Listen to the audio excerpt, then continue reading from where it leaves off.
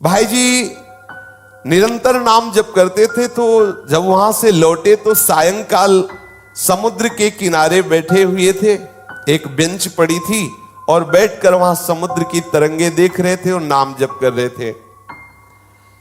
एकांत था, कुछ थोड़ा सा अंधेरा भी हो रहा था।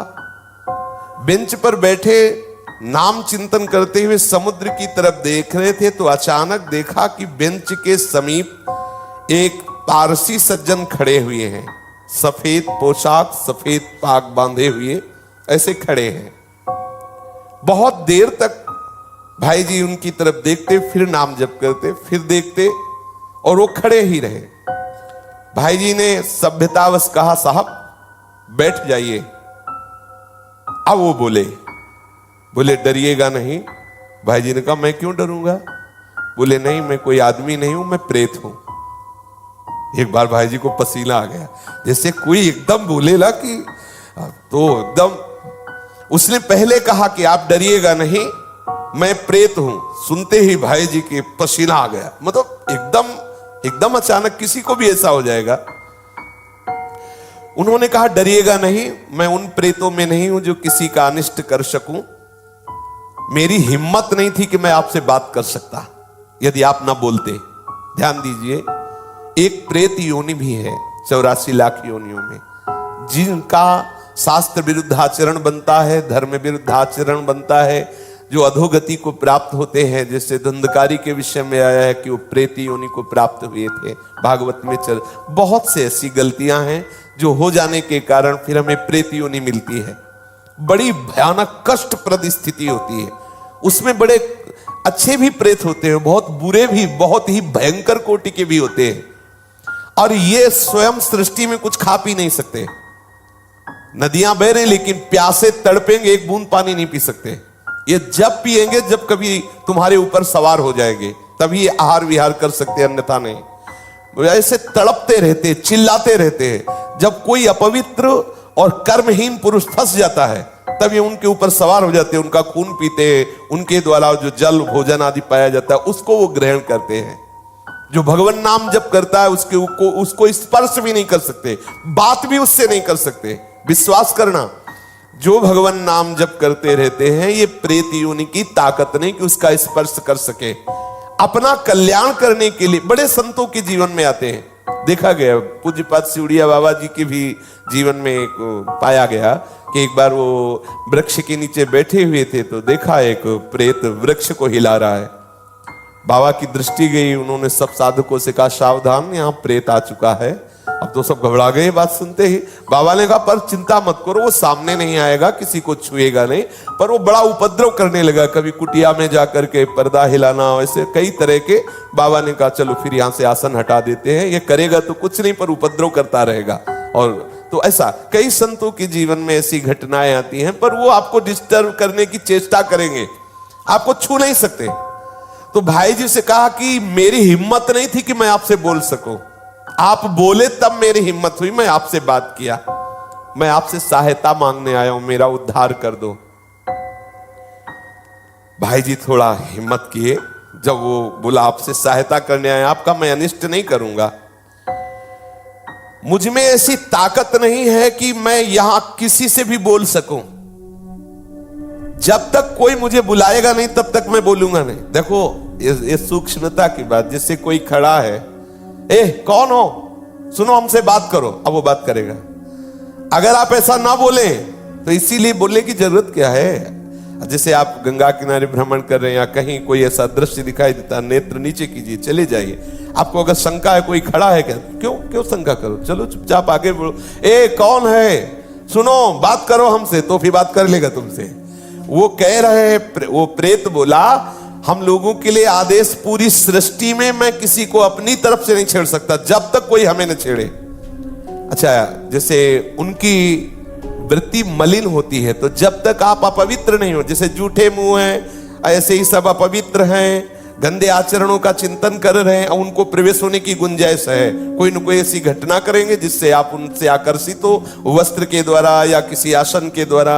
मान लो उनका ऐसा अपवित्र आसन है, अपवित्र वस्त्र है, जिससे किसी भी तरह उनका संयोग होने का है चांस, वो आप में प्रवेश कर जाएंगे। यदि आप नाम जापक हैं, पवित्र रहते हैं, तो कहीं भी भ्रमण करके देखा है, गंगा जी की परिक्रमा जब की तो कहीं भी कोई भी ऐसी घातक क्रिया नहीं। और जबकि जगह जगह स्मशान मिलते हैं, दोपहर में भी रात्रि में भी रुके, कभी ऐसा नहीं। कभी भगवान नाम जापक ऐसा डरे ना, पर अपनी तरफ से किसी से बोलने के लिए नहीं। कोई वस्तु पड़ी हो, कोई पद, ये सब नहीं छूना चाहिए। तुम्हें लगता है कि ये वस्त्र है, ये अटैची है, ये किसी की पर्स है, पता नहीं किस लक्षणों से युक्त है, तुम्हारी हानि कर दे, सहसा कोई पड़ी हुई वस्तु न छुए, किसी से बोले ना, अपनी तरफ से किसी से वार्ता न करे। ये अगर ऐसे सावधान रहे तो है।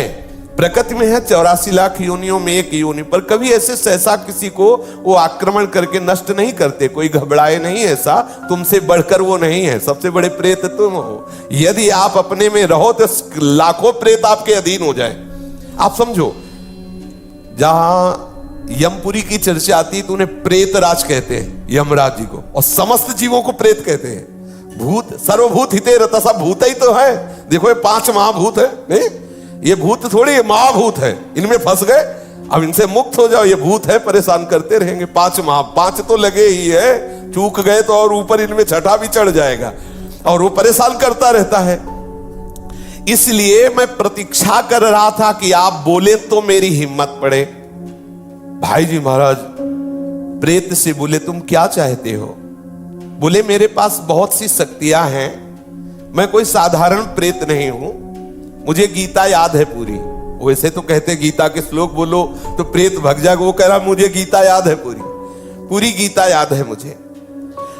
प्रेत लोक में बहुत दुर्गति हो रही, मैं बहुत घबरा गया हूं, वहां बहुत दंड मिलता है। देखो एक बात ध्यान रखनी कि यदि आप भगवत मार्ग में चल रहे हैं, मनमानी गंदे आचरण करेंगे शास्त्र विरुद्ध, तो भगवान सब देख रहे हैं। डरो, इस बात से डरो, कहीं तुम्हारी दुर्गति ना हो। देखो बोला मैं, मुझे गीता याद, कंठस्थ 18 अध्याय।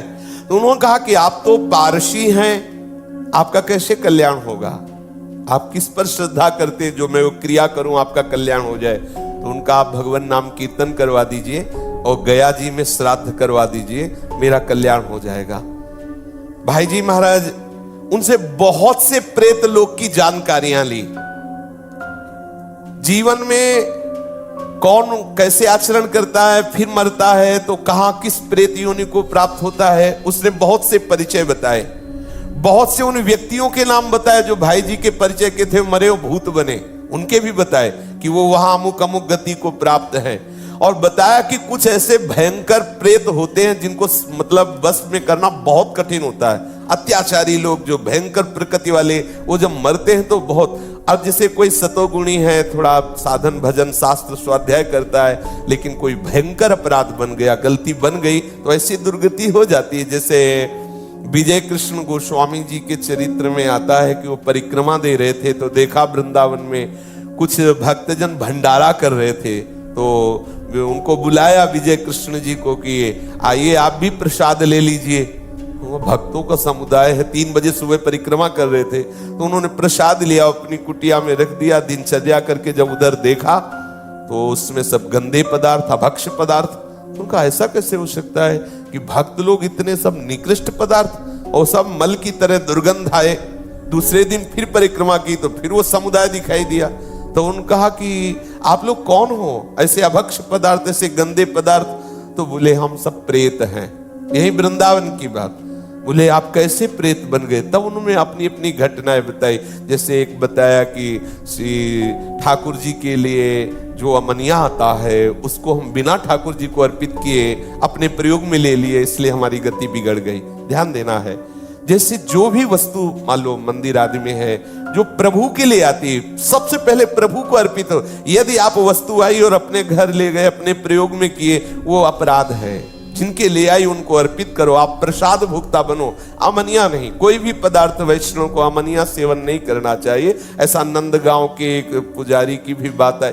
कई ऐसे दृश्य आते, इसलिए बहुत सावधान। जैसे एक प्रसंग हमने संतों से सुना कि किसी संत को संत सेवा के लिए कुछ अर्थ मिला और उनके भाई आए, उन्होंने कहा कि घर में बहुत समस्या है, अगर अर्थ मिल जाता तो हम कुछ दिनों बाद वापस कर देते। तो लाखों की उसमें संख्या में उन्होंने अर्थ अपने घर वालों को दिया। अच्छा, घर वाले इसलिए वापस नहीं किए कि बड़े भैया ही तो हैं, तो जब वो पधारे तब वो अधोगति को प्राप्त हो गए। ये ध्यान देने की आपको गौशाला के, गौ सेवा के लिए, संत सेवा के लिए, जिसके लिए जो वस्तु दी जाती है ठीक वही लगनी चाहिए। उसे आप अपना मान करके प्रयोग करेंगे तो आपकी गति बिगड़ जाएगी। जैसे आपने 500 संतों के भंडारे के लिए पैसा लिया, तो आप सेवक रूप से खूब मेहनत करो, संतों की जूठन पालो और जितना रुपया है पूरा संत सेवा में लगा दो, तो आपको भगवत प्राप्ति का मार्ग प्रशस्त हो जाएगा। लेकिन आपने क्या किया कि 100 का लगा दिया, 400 का, ये अपराध बन रहा है। ये आपकी बुद्धि को मलिन करके और ऐसे आचरण करवा देगा जिससे आपकी गति बिगड़ जाए। देखो, यहां मनमानी आचरण कर ले, लेकिन निर्णायक बैठा हुआ है, आपकी एक एक चेष्टा को देख रहा है। इसलिए देखो, आप डरो इस बात से। 18 अध्याय गीता के याद में प्रेत बना हुआ टहल रहा है और भाई जी से प्रार्थना कर रहा है कि बहुत दुर्गति होती है, बहुत मार पड़ती है, न पानी पी सकते हो, न खा सकते हो, कितना हमें क्लेश दिया जाता है। वो अपनी सब बातें बताने लगा। उन्होंने बताया कि 6 महीने पहले जिनकी मृत्यु हुई थी वो भी प्रेत बने, और भाई जी को परिचय बताने लगे कि आप विश्वास करो, मैं सबको जानता हूं जो जो बनकर के प्रेत लोक में गए हैं। एक हरिराम के ब्राह्मण थे, उनसे भाई जी ने कहा कि मैं गया तो नहीं जाऊंगा, आप जाकर के उनका श्राद्ध कराएं और नाम कीर्तन का अनुष्ठान हम करते हैं। गया में उस प्रेत के लिए पिंडदान कराया और खूब नाम कीर्तन किया। जब पिंडदान और नाम कीर्तन उनके लिए पूरा हुआ तो चौपाटी में ही बैठे हुए तो फिर वो प्रेत आ गया और उसने बहुत अश्रु प्रवाह करते हुए कृतज्ञता से कहा, अब मेरा काम हो गया, मुझे प्रेत लोक से उद्धार किया जा रहा है, मैं आपकी बार बार कृपा मनाऊंगा कि आपने मेरे को दुर्गति से बचा लिया। मैंने प्रेत लोक की स्थिति, वहां के कौन कौन से जीव गए हैं, क्या क्या उनको दंड मिलता है, ये सब बहुत विस्तार से बातें की, भाई जी कह रहे हैं। और किसी किसी को लेकर के हमने उनसे बात की तो उन्होंने बताया कि नरकों का दंड है, मतलब यहां देखने को नहीं मिलता, ऐसे भयंकर कष्ट प्रेतों योनि में मिलते हैं। कोई नरक को झूठा न माने, परम सत्य है, ये सब मैं भोग रहा हूं। उस प्रेत ने बताया ये नरक सत्य है, एक एक सत्य है, पाप करने वालों को बहुत दुर्गति होती है, इसलिए मैं सबसे प्रार्थना करता हूं कि कोई कर्म बिगड़े ना। भाई जी ने कहा, मैं सबसे प्रार्थना करता हूं कि कोई कर्म बिगड़े ना, सावधान। अपने लोग समझते हैं कोई देख नहीं रहा, लेकिन जिनको देखना है, जिनको निर्णय करना है, वो तो निश्चित देख रहे हैं। भाई सावधान, हम बहुत डरते रहें, कोई अपराध न बने, कोई गलती न बने, इस जन्म में प्रिया प्रीतम मिल जाए, यही सार बात। श्री राधा वल्लभ लाल की।